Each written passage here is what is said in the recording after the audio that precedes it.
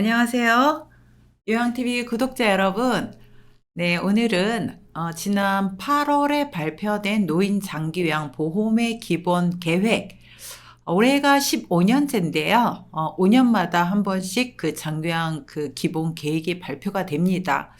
작년도 기준으로 봤을 때 100만 명의 어르신이 장기요양의 등급을 받고 또 연간 10조 원이 넘는 돈이 지출이 되는 굉장히 큰 사업인데요. 그래서 사업을 하시는 분들, 또 이 분야에 또 일을 하고 계시는 분들, 장기요양 서비스 제공 기관들, 또 어르신들, 또 어르신을 보호해야 되는 가족들, 이런 분들이 다 관심이 있으실 것 같은데요.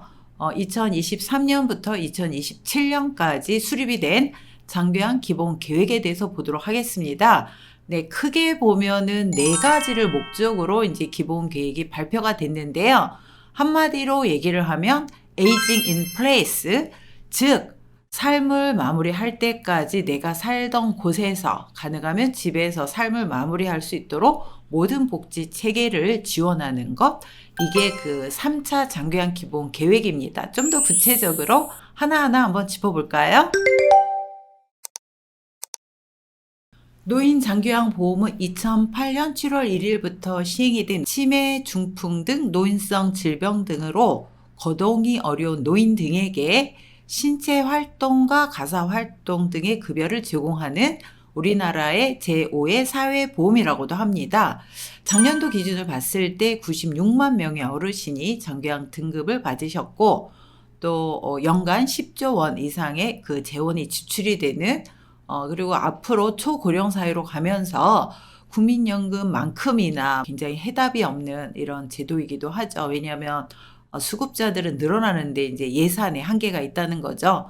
또 5년마다 장기요양 기본 계획에 따라 이런 것들을 목표로 이런 사업들이 진행이 되고 있습니다. 네, 크게 네 가지 목적으로 장기요양 기본 계획을 발표를 했습니다. 자, 하나는 집에서 적절한 돌봄을 받을 수 있는 장기요양 서비스 강화, 즉 시설이나 병원에 입소해서 서비스를 받는 게 아니라 가능하면 집에서 최대한 모든 복지 자원을 이용할 수 있도록 이렇게 장기요양 서비스를 강화하겠다는 것이고요.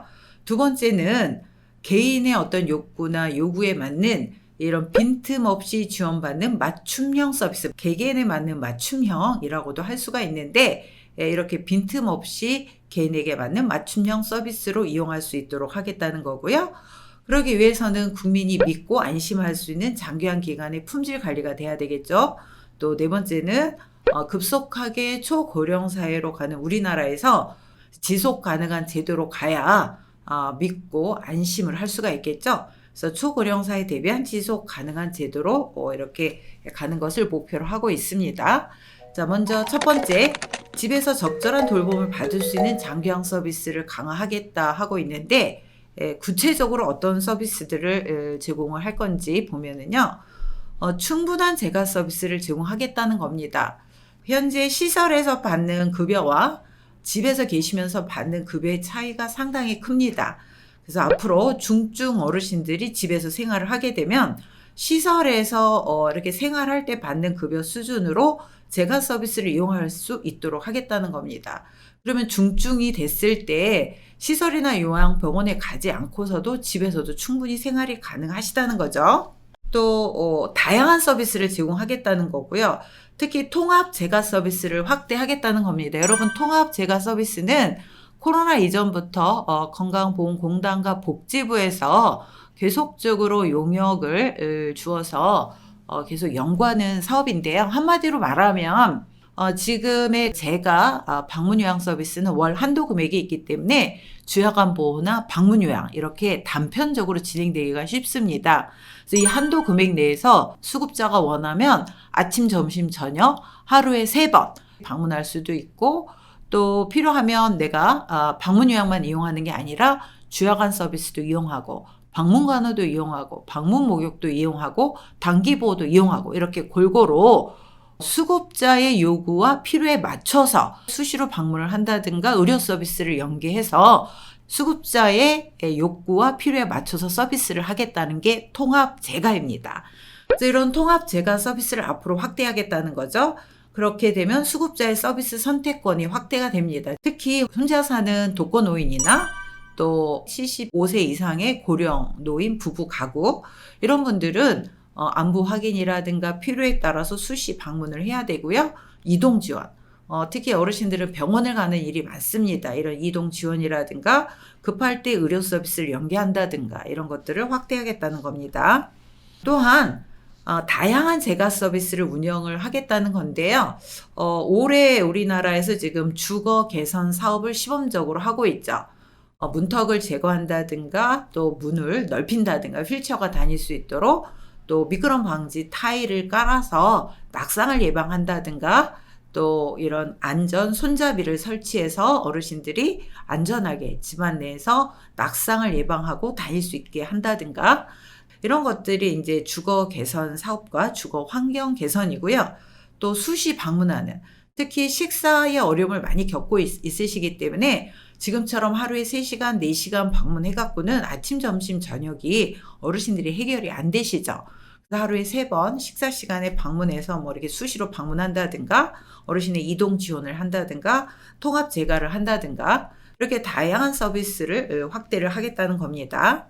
또 지금 현재 우리나라에 28개의 재택의료센터가 있는데요. 2027년까지 이런 방문 진료와 간호와 사례 관리를 하는 재택의료센터를 시군구 단위로 하나 이상 확충을 하겠다는 겁니다.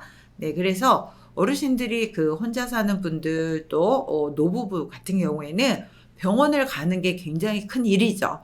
특히 중증 어르신들은 보호자들이 모시고 가야 됩니다. 그래서 재택의료, 의사가, 간호사가 어르신 댁으로 방문을 한다는 겁니다. 이게 2027년까지 시군구 단위로 1개소 이상 이렇게 설치를 하겠다는 겁니다. 또 가족 지원 체계를 마련하겠다는 건데요. 집에 치매 환자나 또 거동이 어려운 이런 환자분이 있는 집들은 수발을 하는 주 수발자가 제2의 환자가 될 수 있습니다. 또 최근에 간병살인이 늘어나고 있죠. 간병을 하던 배우자나 부모님을 살해하고 본인이 동반 자살하는 이런 간병살인이 늘어나면서 수급자의 가족을 위한 상담 서비스를 건강보험공단에서 전 지역으로 확대를 하고 또 앱을 개발해서 개개인에 맞는 맞춤형 지원을 하겠다는 겁니다. 또 이런 가족을 위한 이제 그 지원 체계 중에 하나가 수급자 가족의 휴식을 지원하는 사업입니다. 그래서 뭐 단체 여행이나 개인 여행이나 이런 힐링 프로그램들을 지원하고 과거에 치매가 있는 1, 2등급 수급자는 단기보호 9일, 방문 요양이 18회, 종일 방문 요양은 하루에 12시간 이상을 이용할 경우 종일 방문 요양이라고 합니다. 또 치매가 있는 3등급에서 5등급이나 인지지원 등급 수급자들은 단기보호 하루에 9일을 이용할 수 있었는데요. 앞으로는 중증 수급자나 치매 수급자 1, 2등급부터 인지지원 등급까지 동일하게 단기보호 12일, 단기보호는 요양원처럼 단기간 보호할 수 있는 시설입니다. 그래서 그동안에 9일이었다면 12일, 또 종일 방문 요양이 그동안 18회 정도였다면 앞으로는 24회 연간입니다. 이렇게 이용할 수가 있다는 거예요. 그래서 좀 더 기간이나 횟수가 많이 확대가 됐죠. 자, 두 번째는 빈틈없이 지원받는 맞춤형 서비스라는 겁니다. 개개인에 맞는 맞춤형 서비스를 제공을 하겠다는 건데요. 자, 첫 번째는 이렇게 하기 위해서는 수급자의 예방적 건강관리가 굉장히 중요하죠. 거동이 어려운 상태가 되기 전에 예방적 건강관리를 강화하겠다는 겁니다. 또 이런 건강관리 강화를 위해서 그 전 단계에 뭐 맞춤 돌봄 서비스라든가 지금 현재 노인 맞춤 돌봄 서비스가 제공이 되고 있는데 경증 어르신들을 위한 서비스죠. 이런 것들을 좀 더 확대를 하고 기능을 개편을 하겠다는 겁니다. 또 장기요양의 사례 관리를 협업을 통해서 서비스 제공 기간만 이렇게 제공하는 게 아니라 장기요양 요원 또 지역의 다양한 복지 체계와 협업을 통해서 이런 맞춤형 서비스를 제공을 하겠다는 겁니다. 또 두 번째는 지금 현재의 그 등급 판정 체계를 보면은 치매, 중풍 이런 노인성 질병에 맞춰져 있습니다. 등급 체계 기준을 다시 마련을 하겠다는 겁니다. 그래서 노인 요양이나 의료 필요도를 공통 기준으로 평가하는 새로운 도구를 도입을 하겠다는 거죠. 자, 그래서 이런 그 장교양 등급 체계를 2027년까지 이 작업을 추진하겠다는 거고요. 또 1950년대 이후에 태어나신 베이비 부머 세대, 이분들이 이제 노년기로 이제 급속하게 굉장히 많은 인구가 진입을 하고 있는데 이분들에게 맞는 다양한 서비스가 필요하다는 겁니다. 지금 현재 우리나라에 재가 서비스가 6개, 노인 요양시설 서비스가 2개, 또 현금 서비스 뭐 이렇게 이루어져 있는데요. 상당히 빈약한 편입니다. 일본에 비해서. 그래서 이런 베이비 부머 세대들의 노년기 진입에 따른 다양한 장교양 서비스를 강화를 하겠다는 거고요. 특히 복지용구, 지금 현재 대여 품목, 뭐 구매 품목, 굉장히 다양한 복지용구가 필요합니다. 네, 이런 것들을 좀 더 다양화시키겠다는 거고요.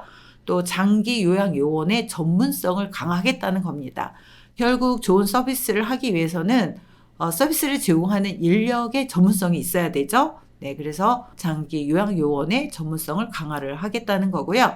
자, 세 번째 목표는 장교양 기관의 품질 관리를 하겠다는 겁니다. 구체적인 내용을 볼까요? 네, 먼저 지역의 특성을 반영한 장교양 기관의 관리를 강화하겠다는 겁니다. 지금 우리나라의 서비스 제공 기관들은 대부분 서울하고 수도권에 많이 몰려 있는데요. 지방 같은 경우에도 부익부 빈익빈의 현상으로 시설이 절대 부족하고 특히 인력 수급에 많은 어려움을 겪고 있습니다. 그래서 요양시설이 부족한 지역, 특히 우리나라는 섬지역, 그 다음에 산간 오지 지역 이런 데들이 많죠. 네, 이렇게 요양시설이 부족한 지역에 공립 노인 요양시설을 확충을 하겠다는 거고요. 또 요양시설인 경우에 병원처럼 쭉 병실만 있고 간호사실만 있고 이런 형태가 아니라 유니트 케어 모델을 도입을 하겠다는 겁니다. 유니트 케어라는 건 뭐냐면요. 집과 같은 환경에서 내가 개인에 맞는 필요나 요구에 맞춰서 서비스를 이용할 수 있는 이런 요양시설입니다. 그래서 집 같은 요양시설의 유니트 케어 모델을 도입을 하겠다는 거고요.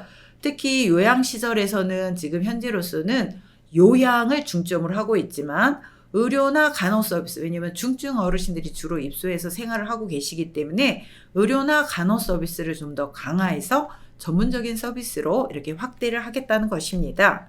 자, 한국형 유니트 케어를 좀 더 보면요. 사생활이 보장되는 소규모 공간 중심의 요양시설로 노인의 다양한 욕구를 반영해 집 같은 환경을 조성하기 위해 개별 서비스 제공을 강화하는 특징이 있는 시설입니다. 자, 두 번째는 장교양 서비스의 질을 강화하겠다는 거예요. 작년까지는 어르신 2.5명당 1명, 예를 들어서 한 층에 25명의 어르신이 계시면 요양보호사 한 10명 필요한 거죠. 그러면 이분들이 24시간 365일 활동을 하시는 게 아니기 때문에 데이조에 뭐 3명, 이브닝조에 3명, 야간조에 2명, 그 다음에 비번이 2명. 즉 시간대별로 3명의 요양보호사가 25명의 어르신을 케어를 해야 되는 거죠. 상당히 힘들죠. 그래서 올해 초에 2.3명당 요양보호사 1명 배정으로 이렇게 바뀌었는데 2025년까지는 어르신 2.1명당 요양보호사 1명으로 이렇게 돌보는 인원을 축소를 해나가고 지원을 확대를 해나갈 예정입니다. 또한 요양보호사 경력관리를 통해서 지금은 요양보호사가 뭔가 사회적인 신분, 요양 분야에서 신분 상승을 하기 위해서는 사회복지사가 된다든가 간호조무사가 된다든가 이런 길밖에는 없었지만 올해부터는 요양지도사라는 현장에서 5년 이상의 경력이 있는 요양보호사를 일정 교육을 한 다음에 요양지도사로 배치를 해서 요양팀장, 선임 요양보호사 역할을 할 수 있고 인건비를 지원을 하겠다는 겁니다. 또한 올해 또 경기도 지역에서 요양보호사들의 인권보호를 위해서 녹음 장비를 보급을 했죠. 네, 이렇게 신분증이 있으면 요양보호사 신분증에 녹음 장비가 돼서 어르신들의 폭언이라든가 뭐 어르신들의 인격 모독을 하는 발언이라든가 성희롱 발언이라든가 이런 것들이 다 녹음이 된다는 얘기입니다. 인권보호를 위해서 그렇죠. 또 돌봄 로봇. 장기적으로 초고령 사회가 되면서 아마 인력 수급난은 계속이 될 예정입니다. 예상이 되는데요. 이동 케어라든가 또 어르신의 목욕이라든가 뭐 이런 좀 더 노동력이 많이 투입이 되는 이런 분야는 앞으로 돌봄 로봇 도입을 지원을 하겠다는 겁니다. 또 장교양 기관의 품질 관리를 위해서는 장기화 기간 지금 현재는 3년에 한 번씩 평가를 받고 있는데요. 앞으로는 상시 평가와 결과 공개로 기관의 운영을 투명하게 강화를 하고요. 또 6년마다 저희 장기화 기관은 갱신 심사를 통해서 부실 기관을 퇴출하겠다는 겁니다.